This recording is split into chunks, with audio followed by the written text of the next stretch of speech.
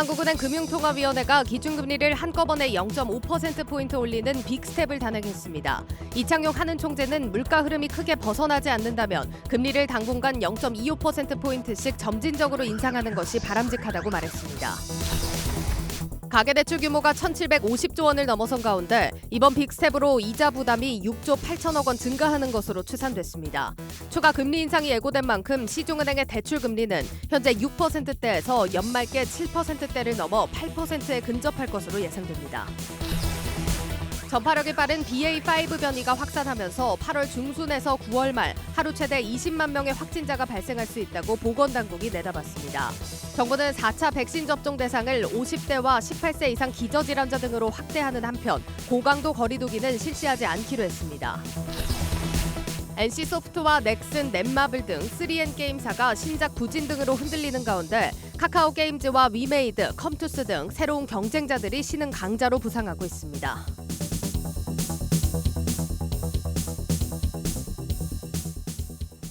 여러분 안녕하십니까? 대한민국 대표 경제 뉴스 뉴스플러스 시작합니다. 한국은행이 사상 첫 금리 0.5%포인트 인상 빅스텝을 단행했습니다. 빅스텝이 우리 증시와 경제에 미칠 영향부터 자세히 진단합니다. 먼저 정희영 기자입니다. 한국은행 금융통화위원회가 만장일치로 사상 첫 빅스텝을 결정했습니다. 이에 따른 기준금리는 종전 연 1.75%에서 0.5%포인트 오른 2.25%입니다. 빅스텝뿐 아니라 지난 4월과 5월에 이어 3회 연속 기준금리를 올린 것도 사상 처음입니다. 이처럼 사상 초유의 가파른 금리 인상의 배경으로는 좀처럼 잡힐 줄 모르는 고물가 현상이 꼽힙니다. 물가 오름세가 이미 높은 수준인데다 확산 정도도 보다 광범해지고 있으며 이에 따라 실질 금리의 마이너스 폭도 크게 확대되었습니다. 물가 안정을 위한 선제적 대응 필요성이 커진 점을 고려하여 지난 4월과 5월 2회 연속 금리 인상에도 불구하고 지난달 소비자 물가 상승률은 6%까지 치솟았습니다. 소비자 물가 상승률뿐 아니라 향후 기대 인플레이션율 역시 10년 2개월 내 가장 높은 수준인 3.9%까지 치솟으며 향후 물가 상승 압박도 더 커지고 있는 상황입니다. 이 같은 고물가 현상은 4분기가 돼서야 진정될 전망입니다.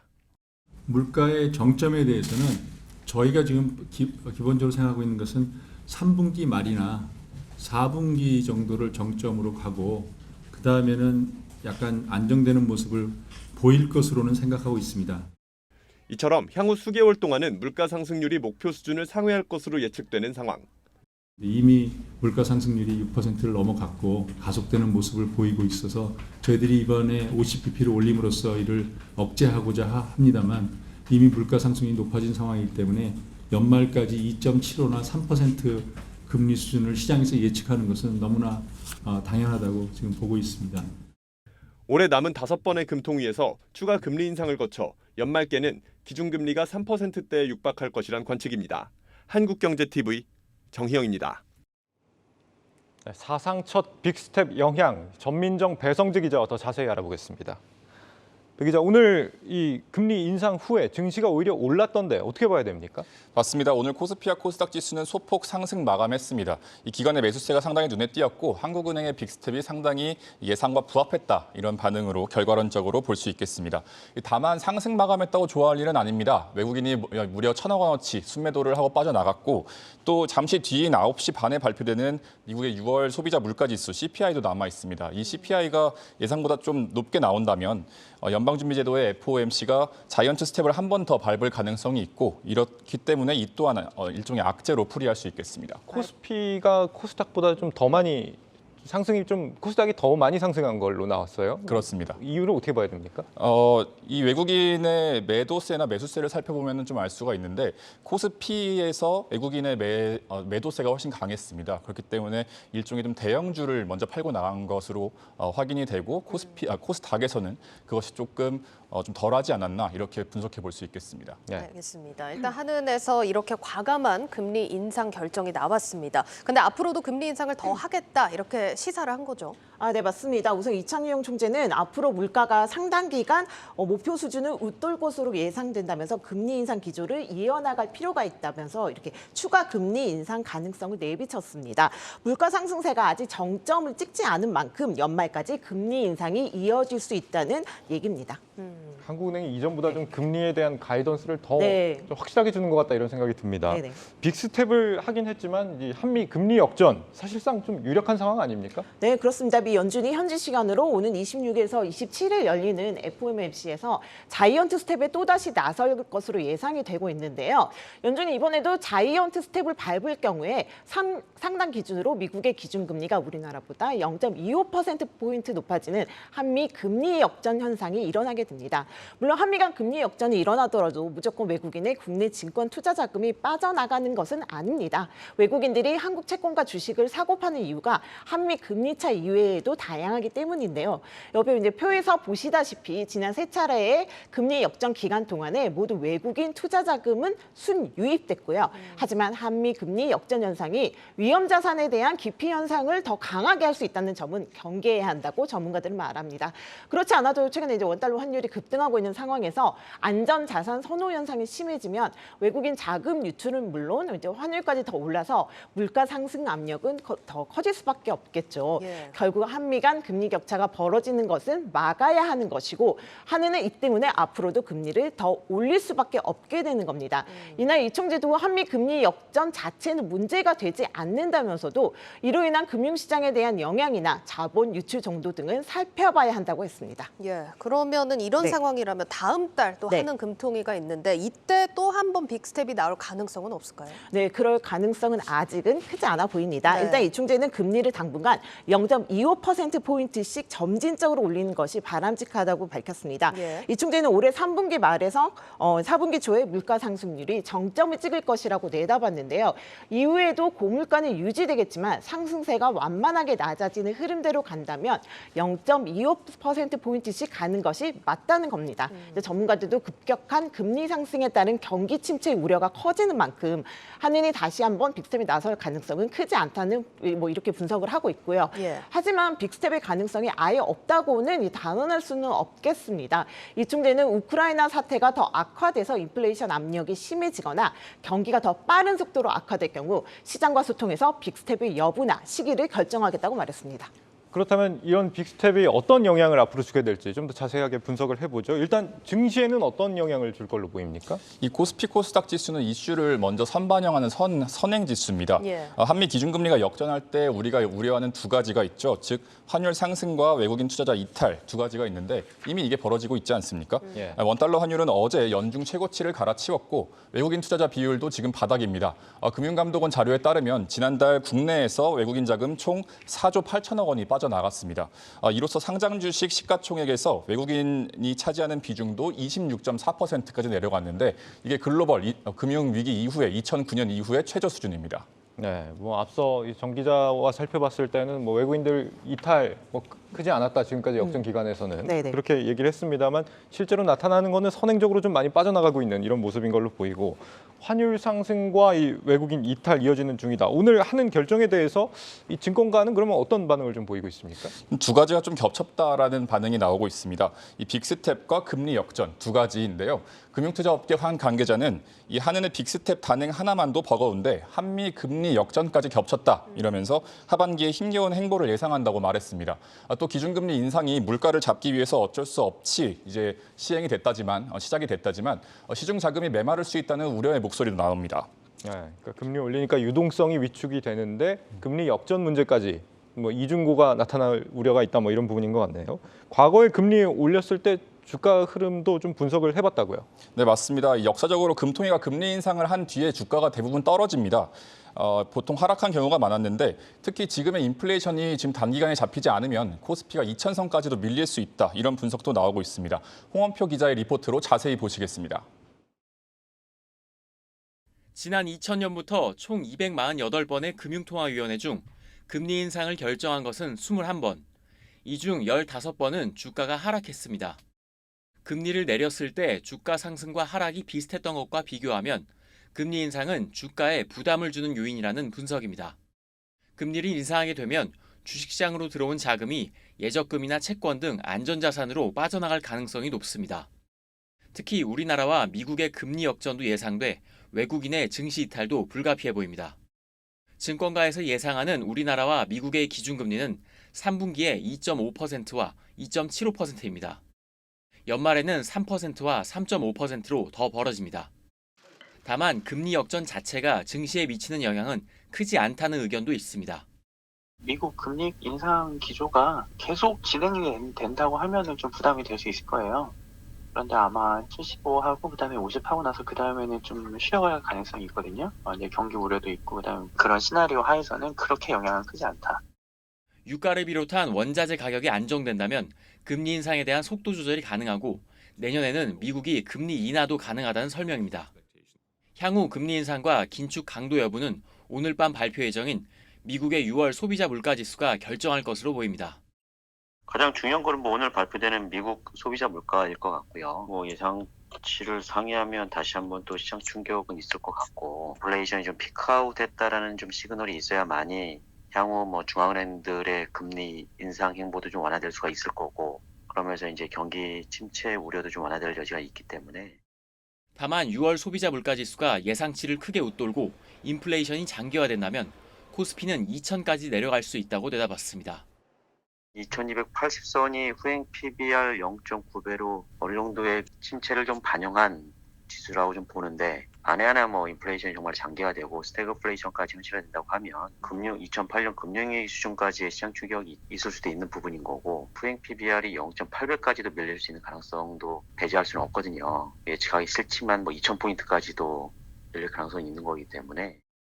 미국의 2분기 실적 발표와 7월 FOMC, 8월 우리나라의 금통위 등 여전히 증시에 충격을 줄 수 있는 이벤트는 첩첩산중으로 쌓여 있습니다. 한국경제TV 홍원표입니다.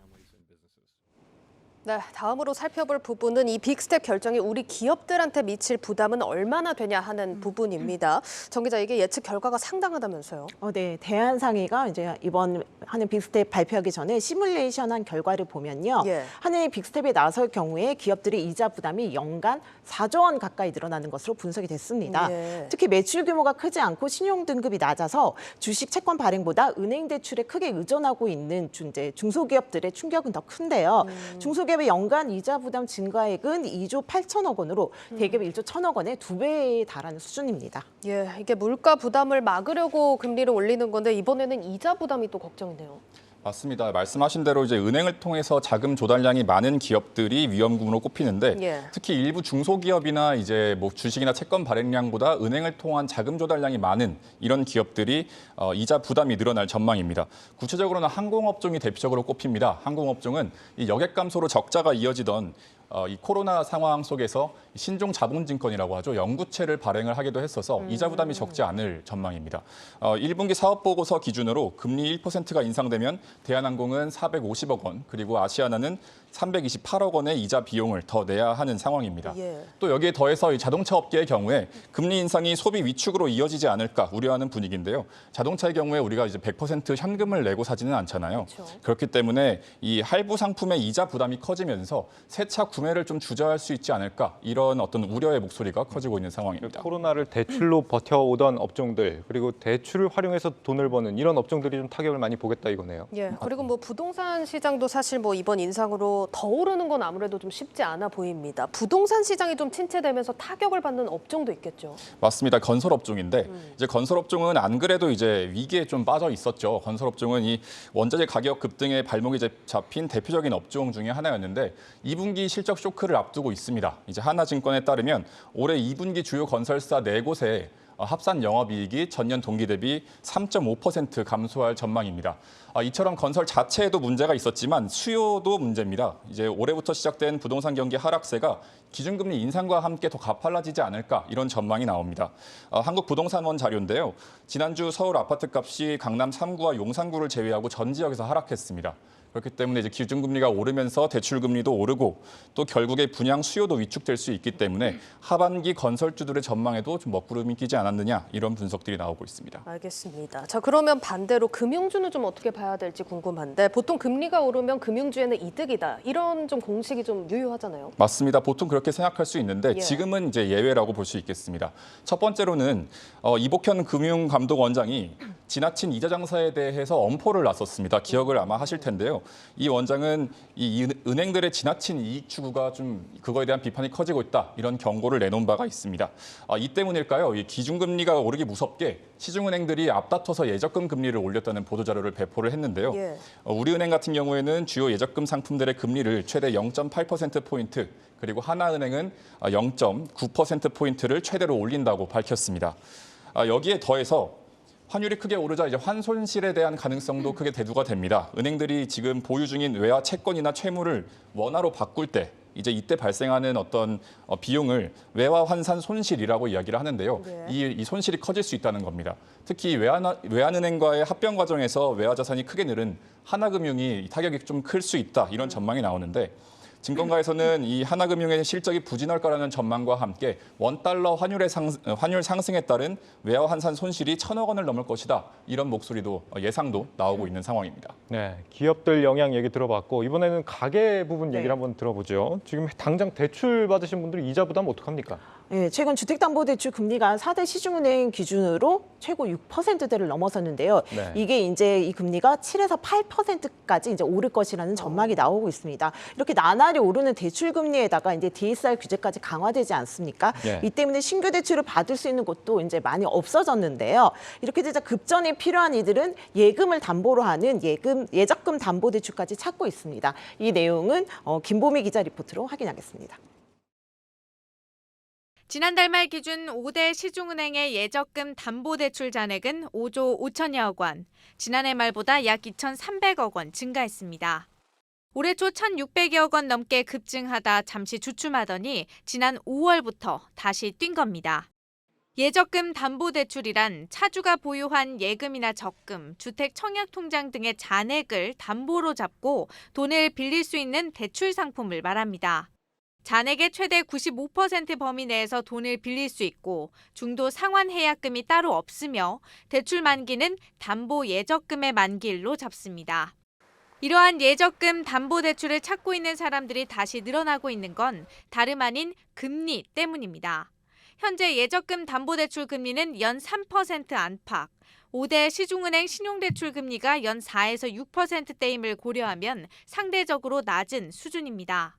수신금리에 연 1에서 1.3%포인트를 더하는 구조로 되어 있다 보니 시장 상황을 빠르게 반영하는 신용대출보다 금리가 천천히 오르기 때문입니다. 이달부터 총 대출액 1억 원을 넘으면 DSR 규제 대상에 포함되는 것도 예적금 담보대출의 매력도를 끌어올리는 요인 중 하나로 꼽힙니다. 신용대출이나 주택담보대출과는 달리 예적금 담보대출의 경우 DSR 적용 대상에서 제외되기 때문입니다. 다만 상황에 따라서 기존에 갖고 있는 예적금을 중도 해지하는 것이 오히려 더 이익일 수 있다는 점은 잘 따져봐야 할 부분입니다. 예를 들어 1년짜리 연 3%대 정기예금에 1,000만 원을 넣어놓은 차주의 경우 급전이 필요하다면 가입기간에 상관없이 예금 담보대출을 받는 것이 더 유리하지만 같은 금리를 적용받는 2년짜리 정기예금에 3,000만 원을 예치한 차주의 경우 가입 14개월 차 이전이라면 예금 중도 해지가 더 이익입니다. 예적금의 가입 기간과 자녀 만기, 대출 신청액, 대출 상환 시기 등의 조건을 다각도로 고려해봐야 한다는 의미입니다. 한국경제TV 김보미입니다. 이자 부담이 커진다는 건 그만큼 가계 소비 여력도 줄어든다는 얘기인데 좀 걱정이 되는 부분입니다. 이렇게 부담이 커진 걸 어떻게든 줄여보려고 하는 움직임도 활발하다면서요. 네, 금리 인상이 계속되면서 일명 대출 갈아타기라고 하죠. 예. 이런 대환 대출 이용자도 크게 늘고 있는데요. 특히 연 10%대 금리를 적용받고 있는 중저 신용자들의 대출 이동이 가장 활발한 것으로 나타났습니다. 이 내용은 장슬기 기자가 전합니다. 금리 인상이 지속되자 일명 대출 갈아타기로 불리는 대환대출 이용자도 크게 늘고 있습니다. 특히 연 10%대 금리를 적용받는 중저신용자들의 대출 이동이 가장 활발한 것으로 나타났습니다. 한 저축은행의 대출 갈아타기 서비스 이용 데이터를 분석한 결과 전체 이용자 중 약 65%가 신용점수 530점에서 830점 사이의 중저신용자였습니다. 이들이 갈아탄 대출의 평균 금리는 연 14.2% 수준, 평균 대출액은 1,600만 원으로 이들은 갈아타기를 통해 약 2.07%포인트 금리를 낮춘 것으로 확인됐습니다. 비교적 높은 금리를 이용하고 있는 대출자들은 고신용자보다 금리 민감도가 높은 만큼 조금이라도 낮은 금리의 대출로 갈아타기 위해 이 서비스를 활용한 것으로 분석됩니다. 고객님들이 받으실 수 있는 최적의 금리 또 한도의 조건을 조회해 보실 수 있는 서비스인데요. 그 서비스에 실제 서비스 신청을 하시는 고객 수가 월 단위로 보면 2배 이상씩 계속 늘어나고 있습니다. 현재 일부 핀테크사들도 대출 비교 서비스를 통해 고금리 대출자들의 대출 갈아타기를 지원하고 있습니다. 다른 금융사들의 대출 금리 비교까지 가능해지자 금융사들 사이에서도 경쟁이 치열해지며 금리 인상기에 오히려 금리를 낮추는 현상까지 나타납니다. 실제 시중은행의 신용대출 평균금리는 최근 기준금리 인상에 따라 오름세를 보이고 있지만 제2금융권인 저축은행의 금리는 오히려 떨어지고 있습니다. 여기에 한은의 빅스텝까지 더해지면서 대출 시장의 충격이 불가피해진 상황. 금리 민감도가 더욱 높아질 수밖에 없는 만큼 이자 부담을 줄이려는 고금리 대출자들의 빚 이동 역시 더욱 활발해질 것으로 전망됩니다. 한국경제TV 장슬기입니다. 네, 대환 대출이 늘고 있다, 이용액이. 이 얘기는 어떻게 보면 그만큼 대출자들이 느끼는 빚 부담도 심해지고 있다, 이런 말이 될 텐데, 이 가장 문제가 되는 건 역시 이제 소상공인 및 취약차주들일 것 같습니다. 대책이 좀 필요하겠는데요. 네, 정부도 여기에 동의를 했습니다. 이제 금리 인상으로 취약차주가 가장 큰 고통을 받을 것으로 예상을 하고 이들의 어려움을 덜어주는데 정책적인 노력을 집중하겠다는 방침입니다. 우선 9월 코로나19 금융지원 조치가 끝나더라도 빚을 갚지 못할 정도로 어려운 소상공인이나 자영업자들을 대상으로 가칭, 소상공인 새 출발기금을 통해 상환유예나 원리금 분할 상환, 대출금리 인하 등 채무 조정을 해줄 방침이고요.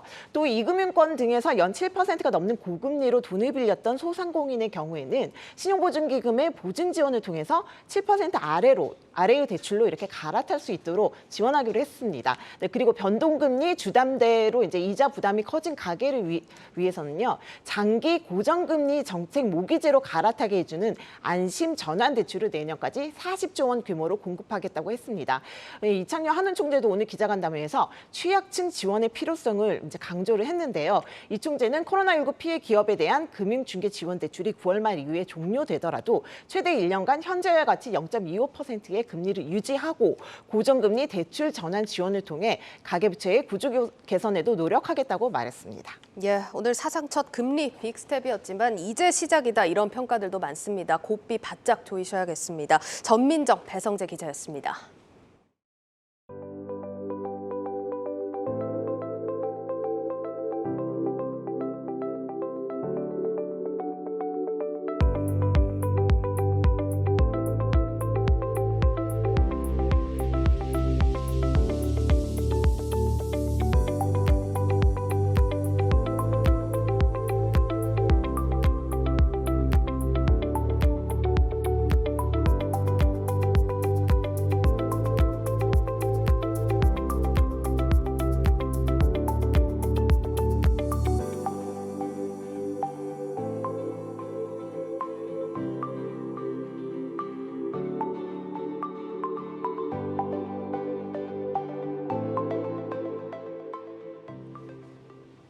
네, 국내 모바일 게임 시장 판도에 변화가 감지되고 있습니다. 리니지로 대표되는 NC소프트를 비롯해 이른바 3N의 아성이 위협받고 있는 것으로 나타났습니다. 신흥 강자들이 부상하고 있다고 하는데 이 시장 판도 무엇이 갈랐고 또 어떻게 달라지는지 신동호, 정호진 기자와 함께 알아보겠습니다.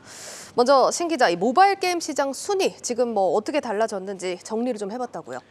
네, 우선 이 표를 살펴보겠습니다. 지난 2020년부터 집계된 국내 모바일 게임 매출 순위를 살펴보면요, 지난 3년간 줄곧 1, 2위는 리니지 시리즈가 차지를 하면서 독주 체제를 이어왔습니다.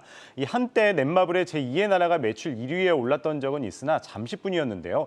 넥슨의 V4라든지 바람의 나라 연도 출시 후 리니지 시리즈에 도전을 했으나 끝내 리니지를 넘어서지는 못했습니다. 결국 1, 2위는 NC소프트의 리니지가 차지를 하고요. 상위 10위를 살펴보면은 3N의 게임들이 대부분이었습니다. 확실히 리니지의 아성이라는 말이 틀린 말은 아닌 걸로 보이는데 그런데 지난해 말부터 이 상황이 좀 달라지고 있다는 거죠? 네, 맞습니다. 말씀하신 것처럼 이 지난해 말 국내 모바일 게임 시장의 변화가 이제 조금씩 감지가 됐습니다. 그 가운데에는 카카오 게임즈의 오딘이라는 게임이 있었습니다. 앞서 봤듯이 다양한 게임사들의 신작 출시에도 불구하고 이 게임에 돈을 많이 쓸 정도로 소비력이 높은 이른바 이제 닌저씨들이라고 하죠. 이것이 생기면서 꿋꿋이 리니지 시리즈가 1, 2위를 자리를 지켰는데요. 그 순위가 바뀐 겁니다. 이 카카오 게임즈의 오딘은 지난해 7월 처음으로 월간 통합 매출 1위에 올랐습니다. 그 전에 뭐 주간으로 살펴봤을 때 매출 1위에 올랐던 게임도 있긴 했었지만은 이 월간으로 살펴봤었을 때 1위를 차지한 건 오딘이 처음이었습니다. 이후 또다시 리니지 시리즈가 1위 탈환을 했지만 오딘은 꾸준히 상위 이름을 올렸습니다. 그러다가 이제 카카오 게임즈의 우마무스메라는 게임이 나오면서 이 모바일 게임 순위에 판이 흔들리고 있다. 뭐 이렇게 말씀드릴 수 있을 것 같습니다. 이 MMORPG 게임이라고 그러죠. 다중 접속 온라인 게임이라고 하는데 이것이 장악한 국내 모바일 게임 시장에서 캐릭터를 수집하는 이른바 서브컬처 장르인 우마무스메가 단시간에 돌풍을 일으켰습니다. 이 과정에서 물론 NC소프트의 리니지 M이라든지 리니지 W, 이 리니지 시리즈를 모두 제치기도 했는데요.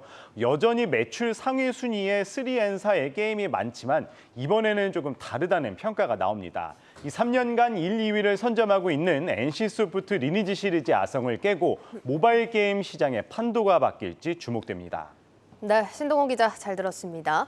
전통의 강호라고 할 수 있는 3N 게임사들, 이들 게임사 입지가 왜 갑자기 이렇게 흔들리는 겁니까? 네, 제가 설명드리기 위해서 3가지 키워드로 정리해봤는데요. 네. 첫 번째 키워드는 리니지 이용자의 고인물화입니다. 고인물화는 어떤 의미입니까? 네, 고인물이라는 게 물이 말 그대로 고여 있다는 거거든요. 예. 그래서 새로운 물이 들어오지도 않고 고여 있는 물이 나가지도 않고 기존 이용자들이 계속 있다는 얘기입니다. 예. 그래서 이런 고인물화가 굉장히 걱정되는 거는 리니지 같은 경우에는 이 성을 얻기 위해서 서로 전쟁하는 게임입니다. 그래서 신규 이용자가 유입될 경우에는 기존에 있던 강자들과 전쟁을 벌여야 되는데요. 근데 이들과의 격차가 굉장히 멀다 보니까 따라잡기 위해서 시간도 그렇고 돈도 그렇고 투자를 해야 되는데 이 엄두가 나지 않는 겁니다. 그래서 뭐 기존 이용자들 같은 경우에 매출 충성도가 높지만 이들이 떠난다면 신규 이용자들이 많이 없기 때문에 예. 이 격차를 줄이고 이 매출을 새로 내기에 적합하지 않은 구조라는 겁니다. 그러니까 돈을 쓰는 사람은 확실히 쓰겠지만 한 명만 떠나도 타격이 크다 이런 얘기네요. 그렇습니다. 지금 뭐 항상 나왔던 얘기입니다. 리니지의 고인물화 뭐 이런 얘기도 계속 나왔었는데 예. 이 리니지 W의 사례를 통해서 가시화되고 있다고 보시면 되겠습니다. 리니지 W의 이용자 순위는요, 출시 당시에만 해도 이 12위 정도 이렇게 기록하고 있었습니다. 하지만 지금 최근 보면은 140계단 가량 내려앉았습니다. 매출 같은 경우에도 지난 분기에 비해서 40% 가량 감소할 것으로 점쳐지고 있고요. 또 보시면 리니지 M이라든지 뭐 리니지 2M 같은 경우에도 이용자가 줄어들고 있는 것으로 파악되고 있습니다. NC 같은 경우에도 이 부분들을 인지하고 진입 장벽을 낮추기 위해서 뭐 성장에 필요한 재화들을 줄이고 또 새로운 콘텐츠들을 계속해서 내놓고는 있습니다. 하지만 뭐 기존 이용자들과의 형평성 문제도 제기될 수 있잖아요. 그렇다 보니까 이 부분에 대해서는 손대기 NC 입장에서도 까다로운 문제입니다. 새로운 유저들이 유입되기 어려워졌다는 게 첫 번째고 두 번째는 뭔가요, 그러면? 네, 두 번째 키워드는 제가 사라진 넷마블로 잡아봤습니다. 아까 방금 뭐 브리핑에서 살펴보셨겠지만 넷마블의 게임들 가운데 뭐 상위 10위 안에 든 게 최근에 없었거든요. 네. 넷마블이 지난 2012년부터 3N 가운데 모바일 게임 시장에 가장 먼저 뛰어든 게임사입니다. 뭐 이름 들어보면 아는 게임 있으실지 모르겠습니다. 다 함께 차차차, 뭐 몬스터 길들이기, 아니면 모두의 마블 이런 게임들이 있었는데요. 지금은 없다는 거 보면 굉장히 뼈아픈 대목이겠죠.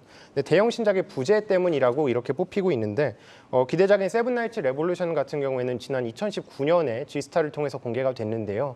아직까지도 개발이 되지 않았고 이달 말에나 출시될 예정입니다. 또 한 가지 이유로 꼽히는 거는 이 블록체인 사업에 넷마블이 집중하고 있기 때문이다. 이런 분석들도 나오고 있습니다. 넷마블 출시 예정작 절반이 블록체인 게임이라면서요. 이게 아직 성공 공식이 입증이 안 된 상황인 거죠? 그렇습니다. 지금 넷마블 같은 경우에는 검증된 IP에 블록체인 시스템을 입혀서 이 글로벌 시장에 출시한다. 이런 전략들을 꾸리고 있는 것으로 보이는데요. 네. 근데 이미 출시한 블록체인 게임 A3 스틸 얼라이브 같은 경우에도 흥행했다. 이렇게 보기에는 어려워 보입니다.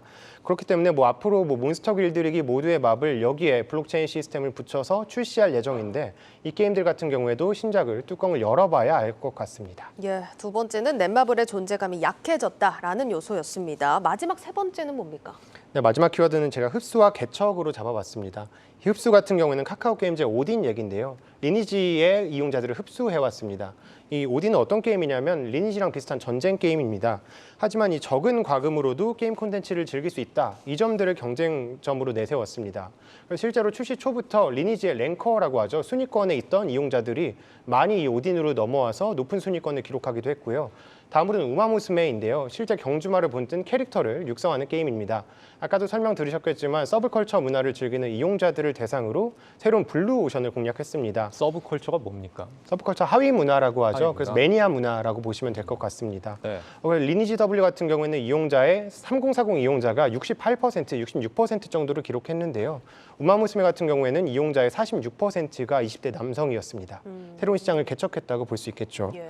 그 이외에도 다른 게임사들을 살펴보면은 위메이드와 컴투스 같은 경우에도 기존 IP를 바탕으로 새로운 블록체인 게임들 많이 출시하면서 도전을 꿈꾸고 있습니다. 그러니까 신흥 게임 업체들이 이제 3N의 유저들을 좀 흡수를 하고 있는 상황이고 새로운 시장으로도 개척을 활발히 하고 있다. 이게 세 번째입니다. 3N의 입지가 지금 흔들리고 있는 이 세 가지 이유를 좀 우리가 분석을 해봤는데 실제 이런 판도가 주가 전망을 좀 바꿔놓고 있다면서요? 그렇습니다. 이 증권사들의 목표 주가로도 많이 반영이 되고 있는데요. NC소프트의 목표 주가 한번 살펴보시면 이 최고 35%까지 내려잡은 경우도 있었습니다. 가장 큰 이유는 리니지 W의 매출 감소였고요. 또 신작 출시까지 앞으로 시간이 필요하다. 이 점들도 이유로 꼽혔습니다. 그리고 아까 살펴본 넷마블 경우에도 상황은 마찬가지였습니다. 지난 1분기에 넷마블이 200억대 적자 전환을 했거든요. 근데 이 2분기에도 넷마블의 부진이 지속될 것으로 보고 또 하반기 신작의 실적도 지켜봐야 한다. 이런 분석들이 나오면서 목표 주가 많이 낮춰 잡은 상황입니다. 현재 증권가에서는 국내 게임주들이 많이 저평가돼 있다. 그러면서 매수 의견을 제시하고는 있습니다. 하지만 방금 살펴보셨듯이 금리 인상을 비롯해서 성장주들의 상황이 전반적으로 좋지 않다는 점 투자에 참고하셔야겠습니다. 네. IT바이오부 신동우 정호진 기자였습니다.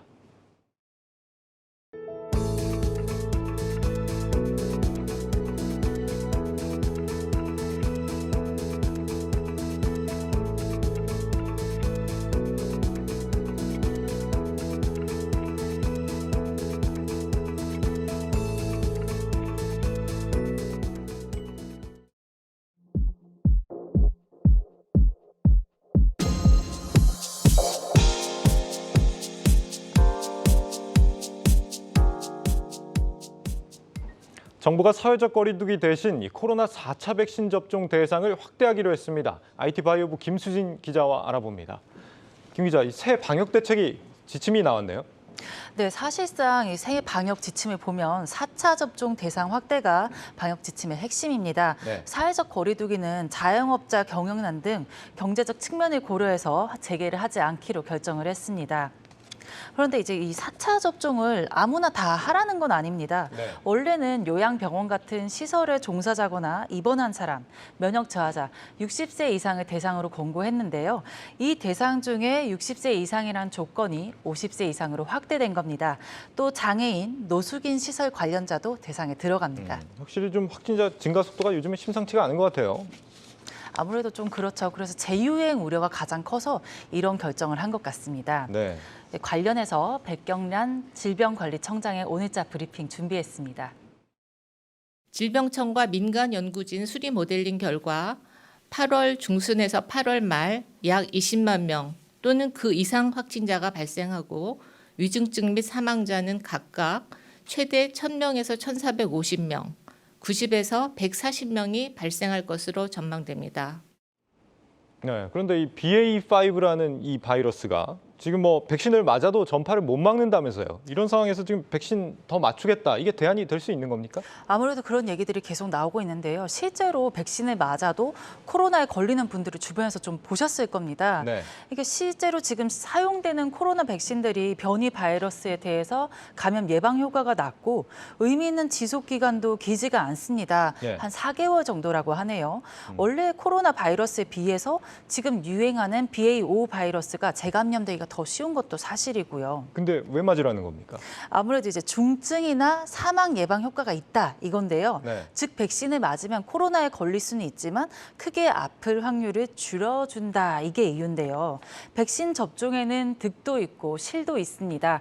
그러나 비교했을 때 50세 이상은 맞는 게 득이 더 크다. 이게 정부와 전문가의 입장인데요. 관련해서 전문의 의견 준비했습니다. 지금의 백신 접종 목적 자체가 중환자나 사망자가 되는 것을 막아주는 효과에 집중을 하고 있고요. 본격적으로 중증화율과 사망률이 높아지는 연령대가 50대부터인 거거든요. 그래서 50세부터 확대하는 것으로 결정이 된 것 같습니다. 네, 질병관리청의 국내 4차 접종 효과 분석에 따르면 3차 접종에 비해서 4차 접종 시 중증화 예방 효과는 50.6%, 사망 예방 효과는 53.3% 정도가 더 큽니다. 이게 전파는 못 막아도 백신 맞으면 중증화되는 건 확실히 좀 덜하다. 그렇습니다. 네, 다음 달 말 정도에 이제 확진자 수가 뭐 크게 늘 거다. 당국이 지금 이렇게 보고 있는 상황인데 이번에 추가 접종 잘 하고 하면은 좀 나아지는 건가요? 앞으로 추세를 좀 어떻게 봐야 됩니까? 아무래도 그렇지 않다는 의견이 더 많습니다.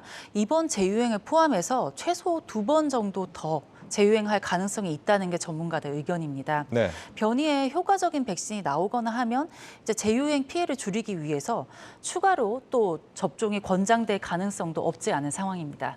지난번엔 주로 이제 모더나 화이자가 줄을 이뤘는데 이번에는 또 추가로 노바백스인가요? 추가로 네. 들어왔죠. 네, 맞습니다. 그래서 노바백스로도 원하면 접종이 가능한데요. 그런데 일단 당국이 권고하기로는 mRNA 백신, 그러니까 화이자나 모더나로 맞아라. 그러나 화이자나 모더나로 맞고 싶지 않은 사람은 네. 노바백스로도 접종이 가능하다라고 밝혔습니다. 네, 알겠습니다. 김수진 기자였습니다.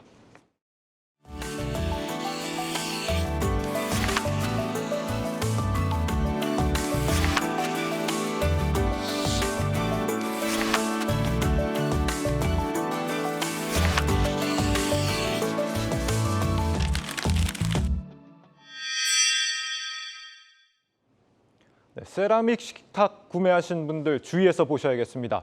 국내 한 유명 가구 업체에서 판매한 세라믹 식탁의 강화 유리가 특별한 이유 없이 갑자기 폭발하는 사고가 여러 차례 나타난 것으로 저희 취재 결과 드러났습니다.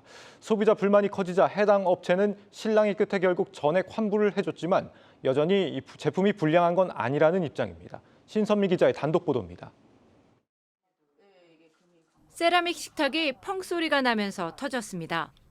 어떤 충격도 가지 않았지만 식탁이 혼자 폭발한 겁니다.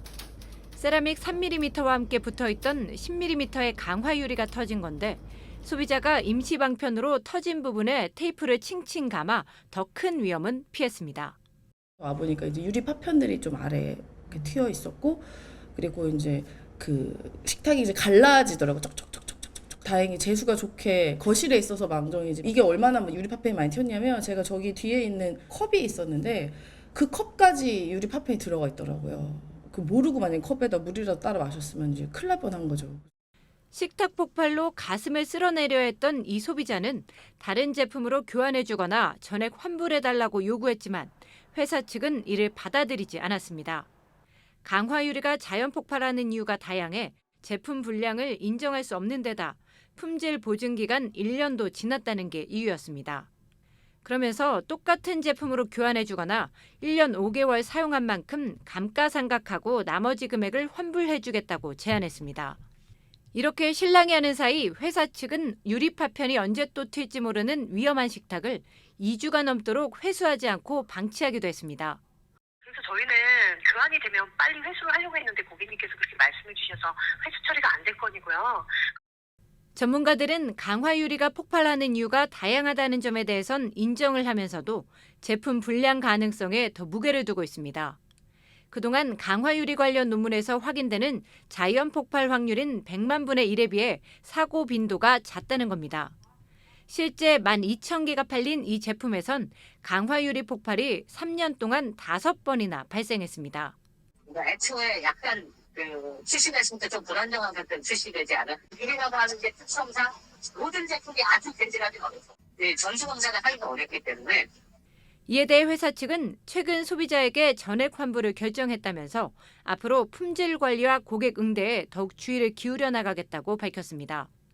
또 2020년 말 이후 생산된 제품에는 비산 방지 필름을 붙여 강화 유리가 폭발하더라도 안전상 문제가 없도록 조치를 취했고 이 제품 말고 다른 세라믹 식탁에는 강화 유리를 사용하지 않고 있다고 설명했습니다.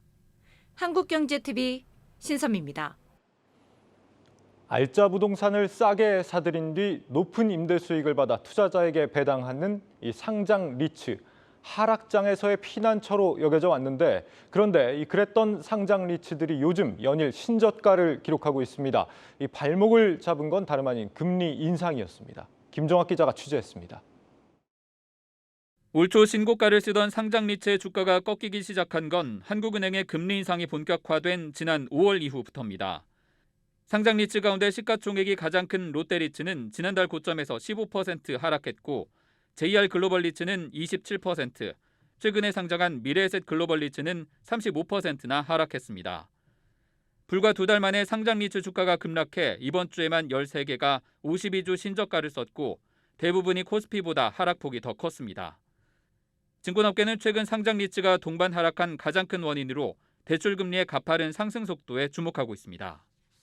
인플레이션이 예상보다 굉장히 높아지면서 금리 상승하는 속도, 폭도 기존에 이제 생각한 것보다 훨씬 더 빨라졌고 그러다 보니까 리츠별로 봤을 때는 리파이낸싱이 빨리 돌아오는 경우에는 그 이자 비용의 증가를 임대료 증가로 좀 상쇄하기 어려운 경우도 좀 있고. 국내 리츠 자산관리 회사들은 지난해까지 물류, 오피스 빌딩 매입을 위한 선순위 대출로 연 2.5% 수준의 저금리에 자금을 조달해왔습니다. 그러나 올해 들어 상업용 부동산의 대출금리가 연 5%까지 뛰면서 리파이낸싱할 경우 적용받는 금리가 1년 만에 2배나 높아진 겁니다. 투자자의 자금과 은행 대출 등으로 부동산을 사들여 임대 수익과 시세 차익을 배당하는 상장 리츠의 수익 구조상 이자 부담이 늘어나면 배당액이 자연스레 줄어들 수밖에 없는 구조입니다. 다른 리츠들은 이렇게 안 돼 있어요. 쇼핑몰 같은 데를 담을 리츠들은 처음부터 임대 만기가 10년 이렇게 돼 있거든요. 그런 이제 리츠들은 임대 만기가 안 돌아오니까 임대료는 꾸준하게 지금 가는데 대출이자만 이제 얻어맞는 상황이 온 거죠. 롯데리츠는 올해에만 6천억 원 규모 차입금을 상환해야 하는데 지금 속도로 금리가 오를 경우 기존 대출을 상환하는 과정에서 수익률이 0.3%가량 하락할 것으로 전망하고 있습니다. 이런 가운데 미래에셋 글로벌 리츠는 자산 매입을 위해 4,600억 원 규모의 유상증자를 단행하려다 일정을 보류하는 등 자금 조달 우려까지 키웠습니다. 올해 80조 6천억 원 규모로 5년 만에 급성장한 국내 리츠 시장이 금리 인상 이후 이어질 부동산 시장의 자금 경색과 기관 자금 이탈 우려 속에 미운오리 새끼로 바뀌고 있습니다. 한국경제TV 김종학입니다.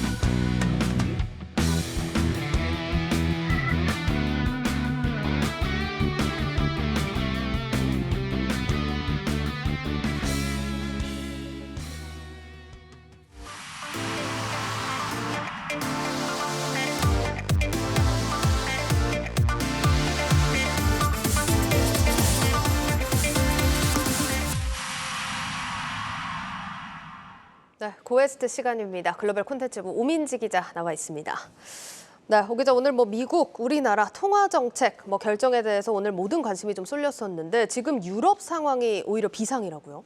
네, 일반적으로 금리를 올리면 이 해당 통화의 가치가 올라가지 않습니까? 예. 이 미국의 자이언트 스텝이 확실시되고 있어서 달러 강세는 계속 이어질 것으로 보이는 상황인데 유로화는 점차 가치 하락이 전망되고 있습니다. 이 두 나라의 통화 가치가 동일해서 1대1로 교환할 수 있는 것을 이 페리티라고 하는데요. 달러와 유로화 가치가 1대1로 같아지는 페리티가 20년 만에 현실화가 된 겁니다. 심지어는 이 페리티가 깨질 수 있다, 이런 우려감까지 나오고 있습니다. 오늘은 유로화 유로화와 달러의 줄다리기 상황에서 주식시장은 어떻게 반응할지 함께 살펴보도록 하겠습니다. 예, 어제도 저희 좀 짧게 살펴본 네. 부분인데 이 패리티 상황 20년 만에 일어난 일이라고요? 네, 그렇습니다. 보시면 유로화 출범 이후 미국 달러 대비 유로화의 가치를 좀 그래프로 나타내 봤습니다. 네. 이를 중심으로 했을 때 1보다 높을 때는 유로화가 가치가 조금 더 높을 때고요. 1보다 낮을 때는 달러가 유로화보다 가치가 높다라는 의미입니다. 유로화는 1999년 처음 도입됐고요. 유로존에서 공식적으로 통용되기 시작한 건 2002년이다. 이렇게 보시면 되겠습니다.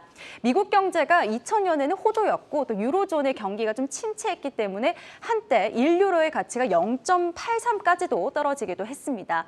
유로화가 공식 통용된 2002년 당시에 발생했던 이 패리티는요. 새 통화가 도입되면서 발생했던 기술적인 부분이다라고 보시면 되겠습니다. 네. 하지만 2002년 말 이후부터는 1유로의 가치가 1달러를 웃돌기 시작합니다. 특히 금융위기로 미국 경제가 침체했던 2008년에는 1유로의 가치 1.60달러까지 최고치를 기록하기도 했습니다. 지금 달러 가치가 가파르게 치솟으면서 유로 가치가 달러 가치와 동일해진 패리티가 20년 만에 나타난 건데요. 이 경제적인 이유로 패리티가 나타난 건 이번이 사실상 처음이다. 이렇게 볼 수 있는 겁니다. 지금 그래프를 보면 저 중간쯤 부분에도 1에 근접했던 구간이 있는데 저 때는 어떤 시기입니까? 네, 2015년과 2017년 기간입니다. 예. 당시에도 달러가 강세였는데요. 그리스가 유로존을 탈퇴할 것이다. 이런 불안감이 좀 작용했습니다.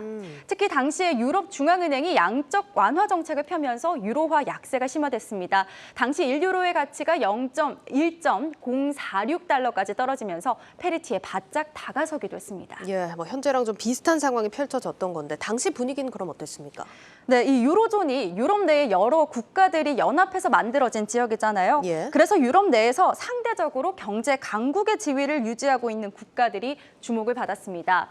유로화의 가치는 낮아졌지만 유럽 내의 경제 강국들의 펀더멘탈은 여전하기 때문에 오히려 투자 기회가 될 수 있다는 겁니다. 대표적인 나라가 독일이었습니다. 독일하면 떠오르는 산업 우리 자동차 떠오르실 텐데요. 그렇죠. 바로 이 자동차 산업에 대해서 주목을 받은 겁니다. 2015년 유로화 약세 당시 무디스는 유로존 내에서 생산 기반을 두고 있으면서도 해외 판매 비중이 높은 BMW, 크라이슬러, 폭스바겐을 주목할 필요가 있다. 이런 기업들이 달러화 강세, 유로화 약세 국면에서 수혜 기업이겠다 이렇게 꼽았습니다. 그럼 이번에도 이런 유사한 기업을 찾으면 좀 수혜를 기대해 볼 수 있겠네요. 네, 충분히 참고를 해볼 수 있는 부분일 텐데요. 지금 사실 유로화 말고도 엔화 역시 엔저 현상을 겪고 있지 않습니까? 하지만 일본 기업들이 엔저 현상의 수혜를 크게 보지 못하고 있다고 하는데요. 그 이유 중 하나는 생산 기지를 해외로 많이 보냈기 때문입니다. 과거 아베노믹스 초기였던 2012년 말에서 2013년 초반에는 엔화 가치가 15% 떨어지면서 니케이 지수 무려 55%나 상승을 했습니다. 다른 자동차주나 소매 판매주 역시 급등하는 모습을 보여줬는데요. 현재는 엔화 가치 14% 하락했지만 주가에는 엔저 효과가 반영되지 못하고 있는 모습입니다. 일본의 다이와 증권에 따르면요. 2009년까지는 엔화의 가치 1엔이 떨어질 때 일본 200대 기업의 경상이익이 0.98% 상승했다고 합니다. 2012년에는 1엔 하락시마다 0.6에서 0.7%, 2021년 작년이죠. 작년에는 0.43%로 엔저 효과가 떨어졌다고 합니다. 일본 내 기업들이 생산 기지를 대거 해외로 옮기면서 엔저 효과를 보기 어려워졌다. 이런 분석입니다. 그러니까 생산 기지가 자국 바운더리 안에 있었냐 없었냐 이런 차이를 좀 두고 참고를 해서 봐야겠습니다. 자, 그러면 미국 기업들 입장에서 보면은 어떤 기업들 좀 수혜를 기대해 볼 수 있을까요? 우선 달러가 강세를 보이면 미국 은행주들 수혜를 볼 것으로 기대할 수 있겠습니다. 2015년 당시에도 무디스가 은행주를 수혜주로 꼽았는데요. 어제 시티그룹 역시 JP모간에 대한 투자 의견 매수로 상향했습니다. 펀더멘탈이 좋고 올해 들어서 JP모간의 주가가 28%나 하락했기 때문에 저가 매수 기회로 삼을 수 있다라는 겁니다. 반면에 또 피해를 본 기업도 있다는 점 주목해 보실 필요가 있겠죠? 예, 그렇습니다. 일단 달러 강세로 인한 피해를 볼 만한 업종이라고 하면은 당연히 좀 수출 기업들 떠오르거든요. 네, 맞습니다. 당시 2015년에도 이 미국의 대형 기업들이 강달러로 피해를 많이 봤다. 이런 분석이 나왔는데요. 또 강달러 현상이 나타났던 2015년 당시 모건 스탠리에서 어떤 기업이 유독 강세 상황에서 약세를 보였는지 살펴봤습니다. 이 모건 스탠리에서 지적한 것은 필수 소비재, 기계주, 화학주, 헬스케어주, 기술주 이 5개의 업종이 가장 많이 좀 피해를 봤다 이렇게 언급을 했는데요. 모건 스탠리는 마이크로소프트의 목표가를 하향 조정하기도 했습니다. 마이크로소프트는 해외 매출이 많기 때문에 달러 강세 상황에서 직격탄을 맞을 수 있다 이렇게 분석을 한 거죠. 그러면서 모건 스탠리는 마이크로소프트의 목표가 372달러에서 354달러로 하향하기도 했습니다. 다양한 문제로 여전히 유로화의 약세가 이어질 것으로 예상되는 상황에서 어떻게 투자 전략 세우실지 고려해 보시는 게 좋겠습니다. 예, 잘 들었습니다. 고 웨스트 글로벌 콘텐츠부 오민지 기자였습니다.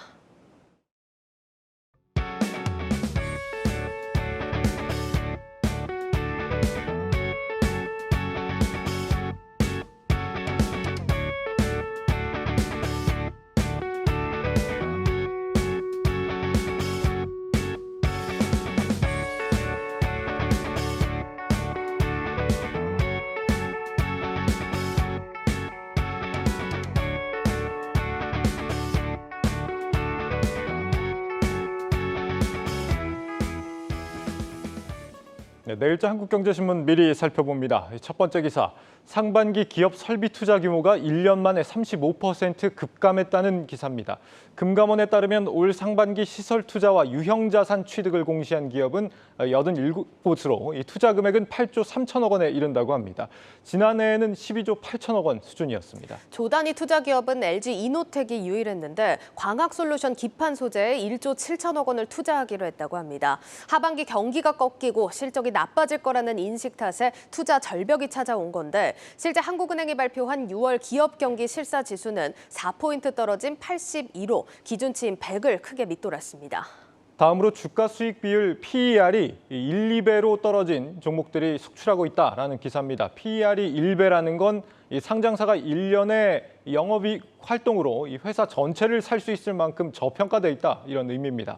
FN 가이드에 따르면 이 930여 개 코스피 상장사 가운데 이 30개 종목의 PER이 1, 2배대에도 못 미치는 것으로 나타났다고 합니다. 예, 투자 심리가 극도로 위축됐기 때문으로 보입니다. 상장사들의 실적이 떨어질 거라고 보고 낮은 가격에도 매수세가 들어오지 않는다는 겁니다. 일부 종목은 내년에 최대 실적이 예상되는데도 저 PER 상태라고 하는데 대표적으로 풍산홀딩스와 HMM, 성한, 또 동원금속 등 이 4곳이 PER 2배 아래인 종목으로 꼽히고 있다는 소식까지 전해드리겠습니다. 네, 뉴스플러스를 마치겠습니다. 여러분 고맙습니다.